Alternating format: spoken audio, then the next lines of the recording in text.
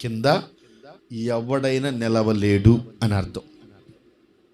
ఎవడైనంటే మానవ శరీరము దాల్చిన ప్రతి ఒక్కడు. ఎందుకంటే ఈ మానవ శరీరంలో గర్వం ఉండిది. ప్రియమైన దేవుని బిడ్డలారా, తమను తాను తగ్గించుకోడు.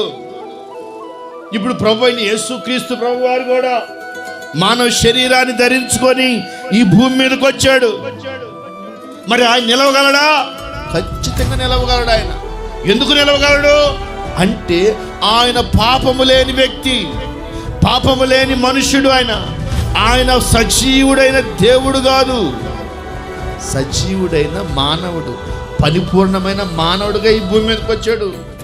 దైవత్వాన్ని విడిచి 33.5 సంవత్సరం ఈ భూమి మీద జీవించిన కాలము పరిపూర్ణమైన మానవుడు.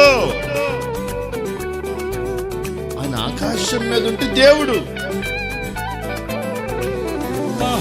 ఆకాశం నుంచి మానవుడిగా ఈ భూమి మీదకి వచ్చినప్పుడు దేవుడు కాదు, పరిపూర్ణమైన మానవుడు అంటాడు, సంపూర్ణమైన మానవుడు అంటాడు.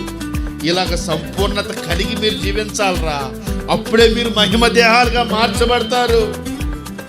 ఈ భూమి మీద ఉన్నంత కాలము నేను ఏ రీతిగా నడుచుకున్నానో, ఎలాగ జీవించానో, ఎలాగ నేను ప్రవర్తించానో, ఎలాగ నేను తగ్గించుకున్నానో ఆ రీతిగా మీరు అందరూ దీవించమని చెబుతున్న మాట.